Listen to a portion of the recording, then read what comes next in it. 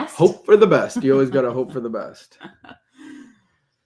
But you work really hard to get the best. Oh, yeah. Did you make sure that the internet's good? The internet should be Are we great. fuzzy today or I don't non-fuzzy? know. No, I don't know. I'm going to say unfuzzy. Good.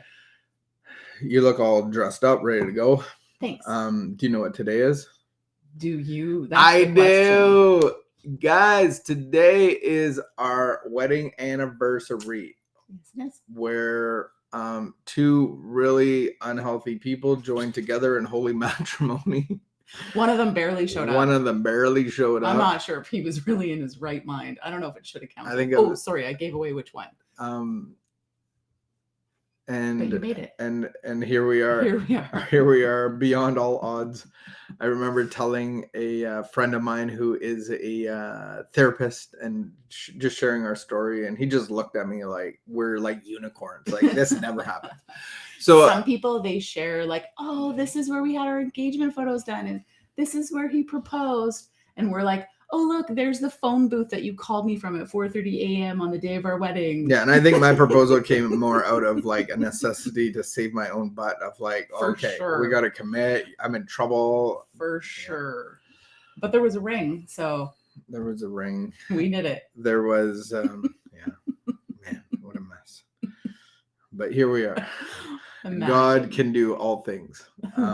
In our so I got to celebrate this morning. I had a little present on the table. Thank you very much. You're welcome. You wake up so early. And I got a plant.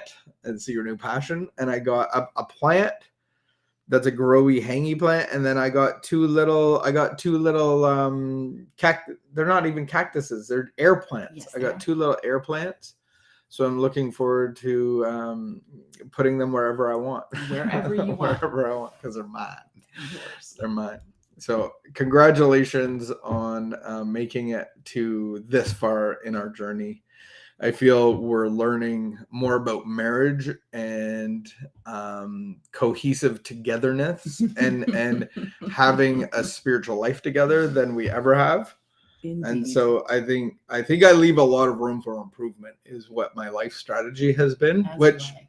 And a lot of people have too high of expectations. No, some people like really have expectations in their life early on, like in their first years of marriage when they're 20. And I'm like, man, we're barely getting in. I just turned 50 and yeah, like I think life gets better as we grow. That's what I've come to know, and that our life is getting better. Yep.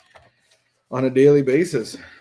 Here we are doing our morning meditation. So thank you for joining us. Thank you, Karen, and thank you for the shout outs. Happy anniversary.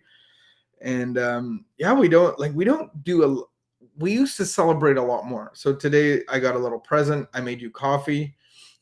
It's my gift to you. We had a little hot tub time, and I want to take you out for dinner. Thank you. It's weird when you celebrate as older people because it's like everything's combined. So like me taking you out for dinner isn't even like, is it a special thing to be celebrated? To go like this dinner is for this purpose? I did tell you that you were taking me out for dinner. You said, oh, I have plans. And I said, well. I know. Anyway, gonna have to that's okay. That's okay. It's all good. I will change that meeting, but we will have dinner and celebrate our love together. And then go to a meeting. To celebrate our relationship with God. All right, here we are. It is April the 27th. We got married in 2002. Yes, we did. And I believe that year it snowed that day. It snowed the next day. The next morning. Yeah. We had orange juice. I remember the orange juice at the hotel. Yeah. That's what I remember about that morning. It was that orange juice was great. Yeah, it's a miracle that we're here. All right. Submitting to God, we're released from the power of liquor. It has no more power, no more hold on us. We're also released from the things that were holding us down, pride, selfishness, and fear. And we're free to grow into a new life, which is so much better than the old that there's no comparison. Absolutely zero. This release gives us serenity and peace with the world and in our marriage today. Have I been released from the power of alcohol? The power of darkness, the power of fear. Our meditation says, we know God by spiritual vision. We feel that he is beside us. We feel his presence. Contact with God is not made by the senses. Spirit consciousness replaces sight. Since we cannot see God, we have to perceive him by spiritual perception. God has to span the physical and the spiritual with the gift to us of spiritual vision. Many a man, though he cannot see God, he has a clear spiritual consciousness of him. We are inside a box of space and time, but we know there must be something outside that box. Limitless space, eternity of time, and God. But for the grace of God. It speaks to me about being released from something. And I had this thought like this year or last year.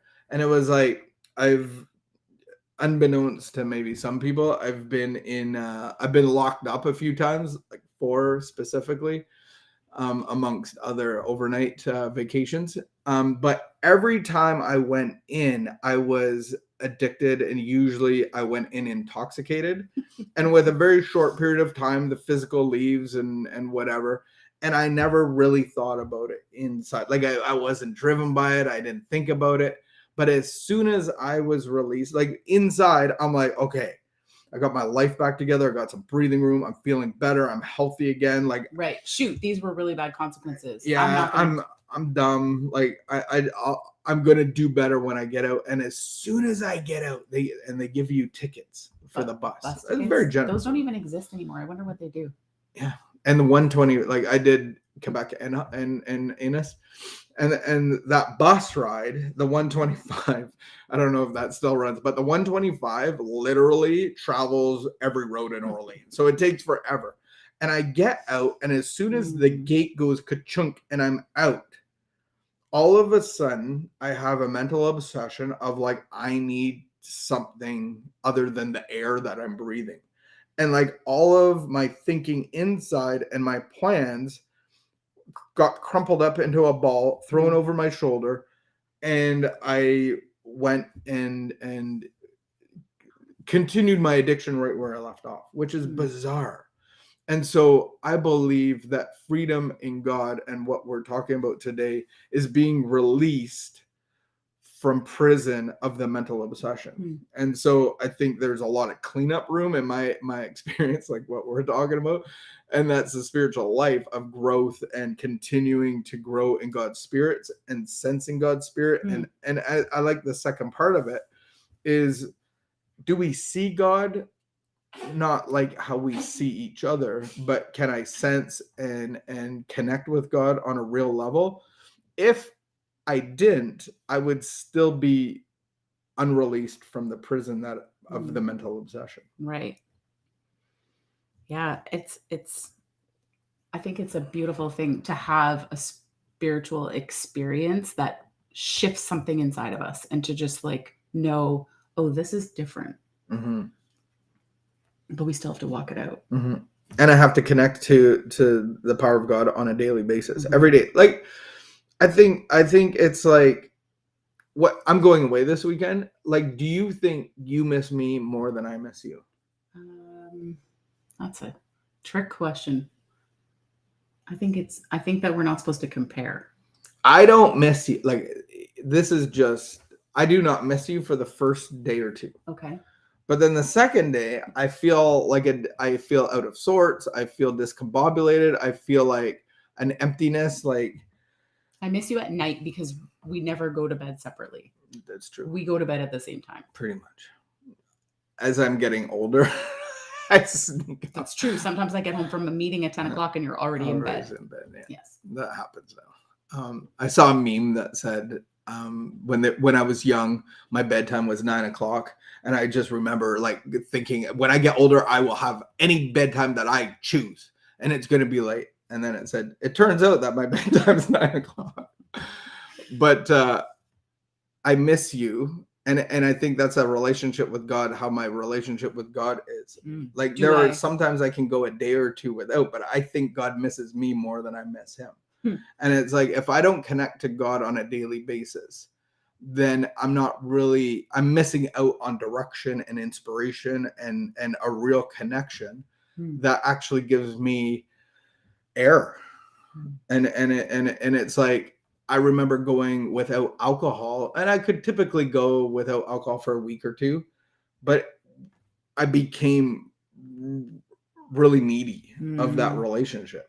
And so I feel like it's that with you and with people around me, with relationships with church and with meetings and with my sponsor, like all that stuff. Like I don't like to go a long time without them, but like my biggest relationship is God. And if I miss a day or two of that, then I start to get I feel the void. Is that what you're gonna say? You feel the void. Yeah. And the lack. Yeah. All right. Well, hopefully you're not going to be gone long enough to feel any void. I'll miss you at night. Okay. But other than that, you're like, I'm good. Man, that's on really. And I mean, maybe you'll miss me at 8 hours. That probably has really played into my relationship with God too. Of like, my care, I'm unhealthily independent. And so that has been an area where I've had to really like ask God for help. It's interesting with the codependence. We would think that you're very dependent on people, but you're actually very independent and don't need anybody. So it's just interesting. Well, because you need me. I need like that's the thing about codependency. Like I'm the person. Now we're getting. I tried to make myself the person. I tried to make myself to be the person that you needed. That I'll do. You can't live without me. But you could live with nobody. But find someone else who needed me. You invite. Why would I want to do that? I don't want to be alone. I don't want to be alone. I just can survive alone. Yes. Like a cactus desert. Like an airplane. I don't know that I've ever been alone though. All right. No. I pray. This is our prayer for that's today. Why I need alone time. That's probably why. I pray that you may have, that we may have a consciousness of God's presence. I pray that God will give us all a spiritual connection today. Amen. Keep the peace, be of good behavior. And tonight is the Upper Room Recovery Meeting at our space. And if you're in Ottawa, 7:30. We'll see you there. 8 hours this weekend. Man, it's going to be happening and hopping. Bye.